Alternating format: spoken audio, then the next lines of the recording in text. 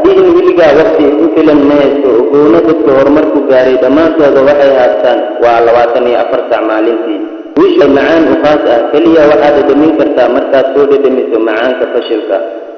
guushu ma ahan dhammaadka nolosha fashilkana ma ahan dilaaga nolosha geesinimadu waa inaad joogtaysaa waxaad rabto wax guul ah ama xaqiijin kartid ilaa aad jeclaanaysid waxaad qabanaysid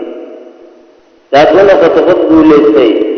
waxaa kugu waajibaa inaad jeclaato guusha inka badan intaad ka baqaysid fashilka